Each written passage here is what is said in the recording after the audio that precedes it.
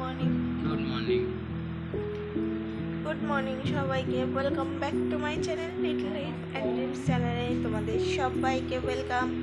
কেমন আছো তোমরা সবাই? আশা করছি খুব ভালো আছো, আমি খুব ভালো আছি। আর এখন দেখো বাজে হচ্ছে 8:25, 8:30 বাজে। আর এখন হচ্ছে চা চা হচ্ছে কাপ রাখা দুটো। আর আজকে আমার রান্নাবান্না নেই, রান্নাবান্নার ছুটি। যাবো হচ্ছে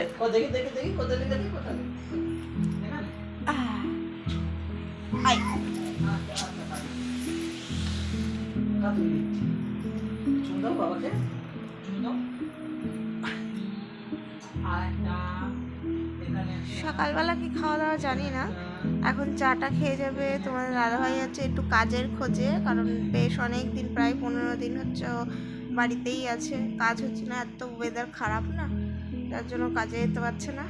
তো যাবে একটু কাজের খোঁজে, তারপরে আসতে দাও। তারপর ওখান থেকে এসে স্নান টান করে পুজো টুজো দিয়ে যাব হচ্ছে ওই বাড়িতে, মানে আমার শ্বশুরবাড়িতে। তো যাই হোক, চলো চাটা খাই। এখন চা হচ্ছে, যদিও ফুটছে, আমার বর চা পাতা দিয়েছে, তো এখন 100 ঘন্টা ধরে ফোটাবে, তারপর হবে চা রেডি। আর আমি চা করলে বেশি চা দিয়ে, মানে অনেকটা চা পাতা দিয়ে, যাতে অল্প সময়ের মধ্যে চা হয়ে যায়, এরকম করি আর কি। আর ও অল্প দিয়ে অনেকক্ষণ ফোটায়। তো যাই হোক, তো চলো এখন একটু চাটা খেয়ে নিই, তো তারপর আসছি। আমি আর তোমাদের দাদাভাই সবে মাত্র চা খেতে বসবো, তো উপরে দাদা এসেছিলো, মানে চা খেতে বসিনি আর কি, চা খাওয়ার জন্য আর কি রেডি করছিল। তো উপরে দাদা এসেছিলো, আসলে ওই কিছু মাসকাবাড়ি জিনিস আর কি নেওয়ার ছিল, মানে আনতে বলেছিল উপরের দাদাকে, তো উনি নিয়ে এসছেন। তো মানে দিতে এসেছে, মানে দাদা আর কি বাজারে যাচ্ছিলো, তো একেবারে দিয়ে যাচ্ছে। তো এখানে দেখো এই একটা হেলথ ড্রিঙ্ক কি এনেছে, তো এটা পাউডার আর কি, তো দুধের মধ্যে আর কি মিশিয়ে খেতে হবে। এটা আমার না, ঋষির, তো ওকে খাওয়াবো। তো দেখা যাক কি হয় না হয়, সেটা পরেই দেখা যাবে, মানে কতটা কি কাজ হয় না হয়, মানে খুব স্মৃতিশক্তি স্ট্রং হবে, তারপর গায়ে একটু শক্তি হবে। তো ও খুব একটা খেতে চায় না, কোনো হেলথ ড্রিঙ্কস আর কি ঋষি খেতে চায় না, ওকে জোর করে খাওয়ানো হয়।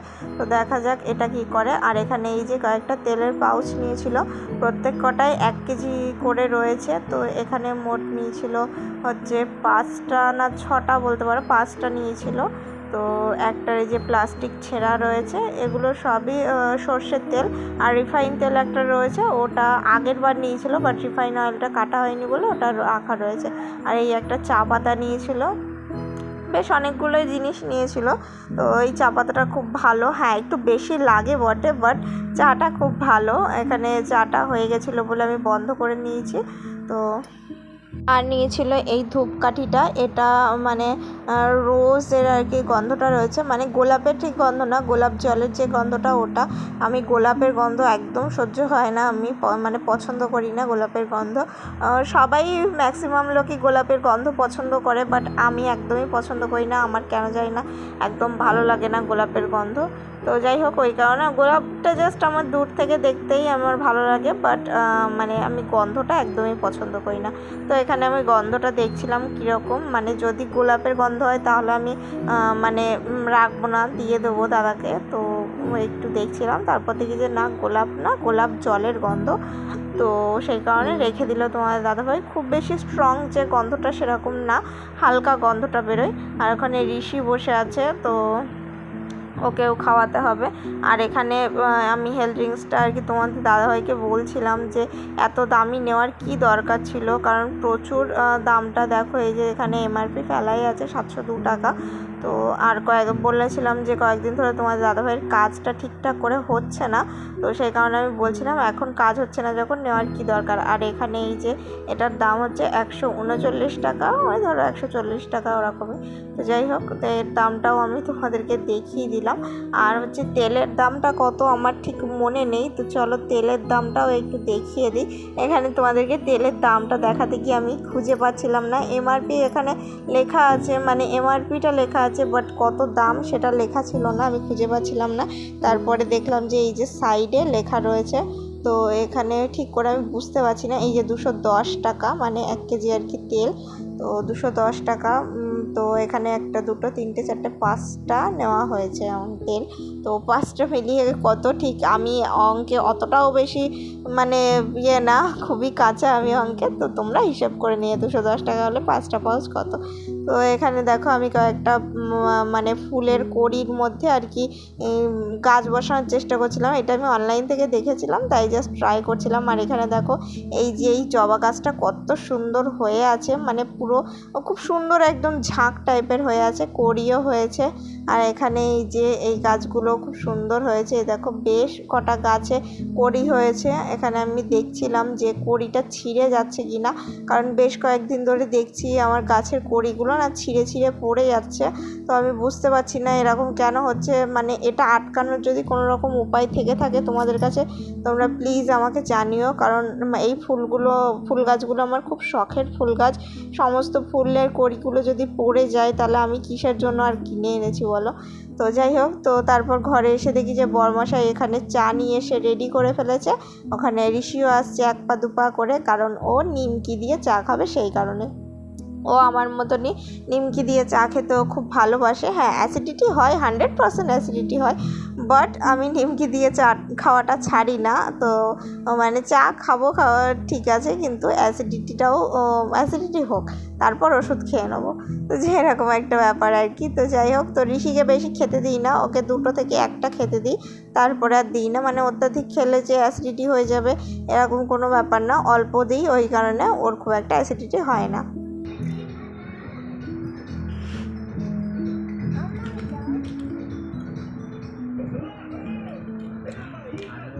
টাকা তুলেছি কন্টাক্টে হোক রোজে হোক, টাকা ব্যাংক লেবার পেমেন্ট করে দিয়েছি, কেউ তো গালাগালি তো দিতে পারে না।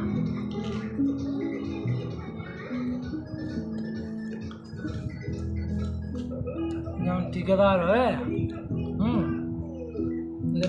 লেবার টাকা পেমেন্ট রেখেছি, মুখ শুনতেই হবে। চাটা খেয়ে দিয়ে তোমাদের দাদাভাই গেছিলো বাজারে, আর ওখান মানে বাজার থেকেই নিয়ে এসছে পরোটা। আমি খাবো না পরোটা, কারণ আমি একই সকালবেলা নিমকি দিয়ে চা খেয়েছি, আরও পরোটা খেলে আমার মানে অ্যাসিডিটির পরিমাণটা একটু বেশি হয়ে যেত।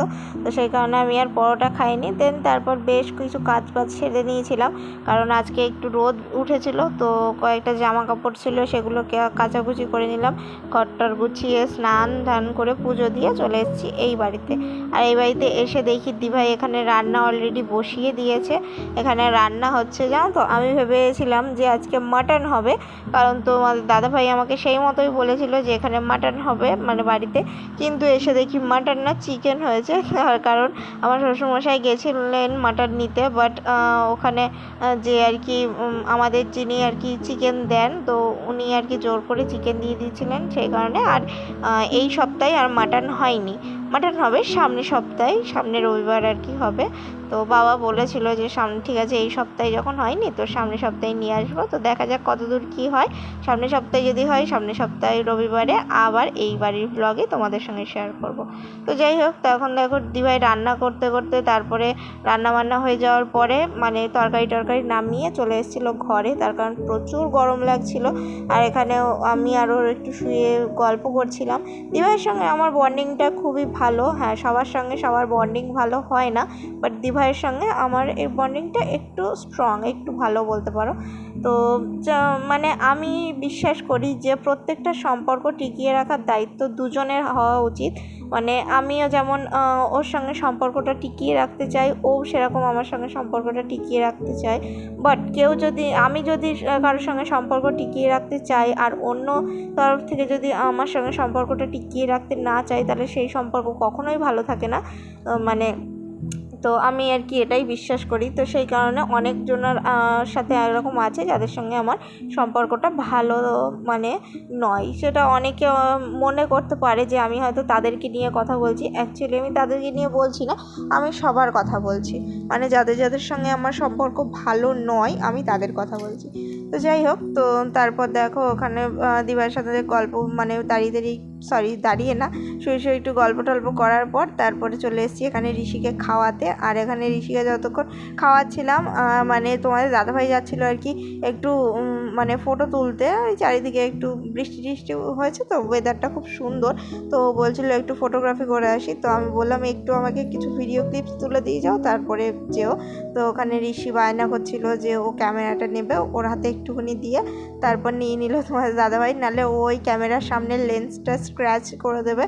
তো সেই কারণে নিয়ে নিল। আর এখানে হচ্ছে মানে খাওয়াচ্ছি ঋষিকে ডাল আর চিকেন, আর হচ্ছে মানে চিকেন ছোট ছোট করে পিস পিস করে কেটে আলু ভাজা, আলু দিয়ে আর কি ভাজা করেছিল দিভাই। এই তিনটে জিনিসই দিয়ে খাওয়াচ্ছি। চিকেনটা যদিও খাচ্ছে না, চিকেনটা খাচ্ছে তোমাদের দাদাভাই। তারপর ঋষিকে খাওয়ানোর পরে বড়দা এসে গেছিলো বাড়িতে। তো বড়দা আসার পরে দিভাই, আমি, তোমার দাদাভাই সবাই মিলে খেতে বসে গেছি। এখানে বড়দা খাচ্ছে, রিজু খাচ্ছে, তোমার দাদাভাই খাচ্ছে, আর আমি খাচ্ছি। আর ওখানে দিভাই রিজুকে ডালটা ঢেলে দিচ্ছে। ও খালি ডাল আর চিকেন দিয়ে খাবে, বিকজ ও পটল ভাজা খায় না। তো আর এখানে স্যালাড দিচ্ছিলো। আর এখানে দেখো আমার বরমশাই নিয়েছে চিকেন। তো ও চিকেন ভালোবাসে, মানে তোমার দাদাভাই আর কি, ও চিকেন ভালোবাসে, বাট সেটা একটু ঝোল ঝোল হলে ও একটু ভালো খায় আর কি।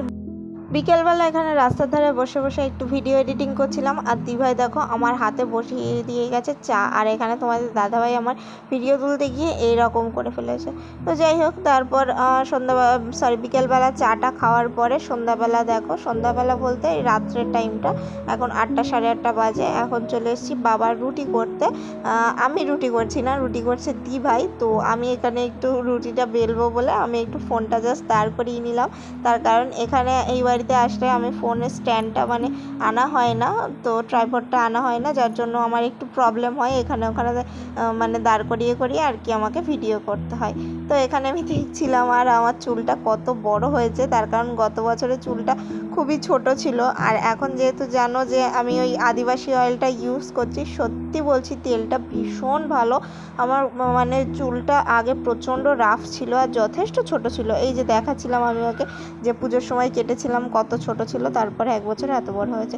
তো যাই হোক, তো মানে ইউজ করছি তো তেলটা। আমার আগে চুলটা প্রচণ্ড রাফ ছিল, এখন যথেষ্ট ভালো হয়েছে। আর চুলের আগাগুলোও মানে ফেটে ফেটে গেছিলো, মানে দুমুখো চুল যেগুলো হয়ে গেছিলো, তো ওগুলোও আস্তে আস্তে রিপেয়ারিং হচ্ছে। তো তো যাই হোক, তো এখনও কিছু মানে তেল অর্ডার দেওয়া আছে। তো একটা হচ্ছে যে আমার বান্ধবী পিয়া, ওর জন্য একটা অয়েল অর্ডার দেওয়া আছে, আরও একটা তেল অর্ডার দেওয়া আছে, মোটমাট 2টো অর্ডার দেওয়া আছে। তো ওদেরকে দিতে হবে তেলগুলো, মানে আসলে অর্ডারগুলো আসলে। তো এই অয়েলগুলো আসে কুরিয়ারের মাধ্যমে, কুরিয়ার করা হয়, তো পোস্ট অফিস থেকে আর কি এসে দিয়ে যায়। তো যাই হোক, তো এখানে আমি দিওয়ার সাথে আর কি গল্প করছিলাম, এইসব এই তেলের ব্যাপারেই কথা বলছিলাম যে তেলটা ভীষণ ভালো। দিভাই বলছিল যে তুই আগে ইউজ করে দেখ কতটা কি কাজ করে না করে, তারপর ও নেবে আর কি। সত্যি কথা বলতে কি দিভাইয়ের মাথায় আদিবাসী অয়েলের একদমই দরকার নেই। ওর মাথায় যে পরিমাণে চুল আছে আর যতটা বড়, মানে খুব যে বড় বলা যায় না, মিডিয়াম সাইজ, বাট সবাই তো আর বড় চায় না। সবাই চায় আর কি যাতে তার চুলটা ঘন হোক, মানে মাথা ভর্তি চুল থাকুক। তো ওর মাথায় সেরকমই আর কি, মাথা ভর্তি চুল। ওর কিন্তু আদিবাসী তেলের দরকার নেই, তবুও যাই হোক। তো ও বলছিল আর কি যে আগে আমি ইউজ করব, তো তারপর ও দেখার পরে ও নেবে। তো জানি না কতদূর কী হবে। তো তারপর এখানে গল্প করতে করতে দিভাই আমাকে আটাটা দিয়েছে যে একটুখানি কর, মানে ভালো করে একটু মাখিয়ে নে। তো তারপর আমি আটাটা একটু ভালো করে মাখিয়ে নিচ্ছিলাম।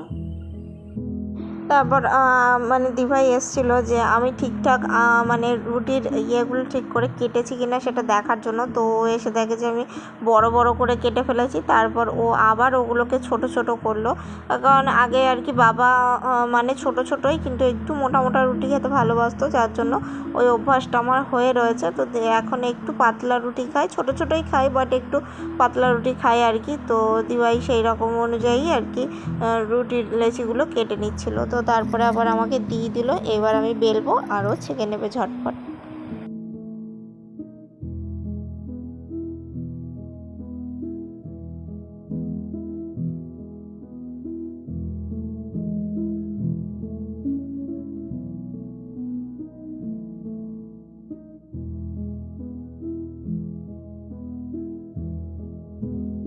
আমি রুটিগুলো ঝটপট করে দিভাইয়ের কাছে দিয়ে দিচ্ছি আর দিভাই ওগুলোকে ছেঁকে দিচ্ছে।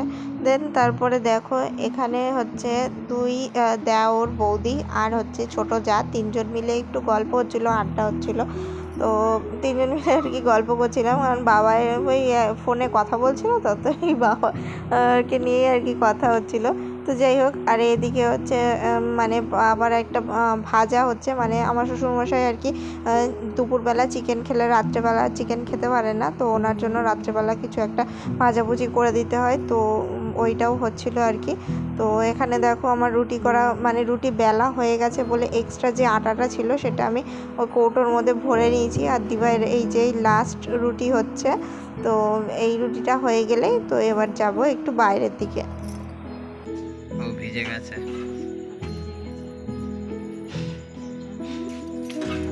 ওটা নাইটি দিয়ে মুছে দাও, তুমি তো পারো ভালো।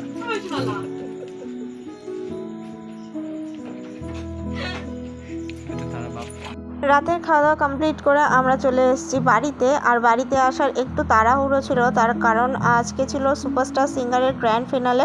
তো এটা আমি প্রথম দিন থেকে দেখছিলাম, দিভাইয়ের বাড়িতে ওই চ্যানেলটা ছিল না বলে একটু প্রবলেম হচ্ছিলো, মন খারাপ হয়ে যাচ্ছিলো।